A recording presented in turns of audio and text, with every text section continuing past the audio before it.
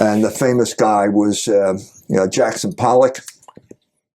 Time magazine called him Jack the Dripper because he'd basically have cans of paint, punch holes in them, and then kind of drip it on the canvas. Okay, and the man who made him was Nelson Rockefeller, who bought up these things, huge paintings, and put them on the wall of the Chase Manhattan Bank.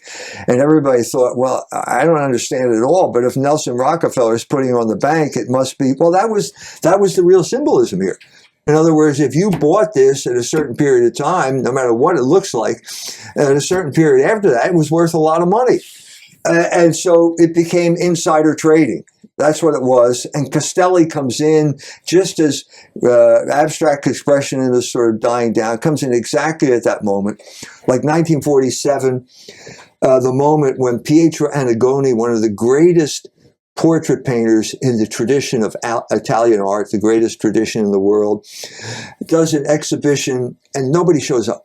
Not one person shows up at an exhibit because everybody's buying Wall Eaters by Jackson Pollock.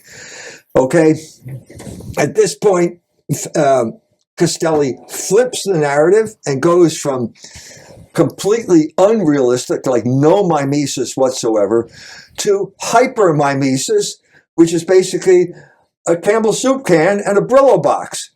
This is not, art is imitation of nature. Art is not reproduction of an artifact. It's not that. But that's what Andy Warhol got involved in. I don't know whether he had any talent whatsoever.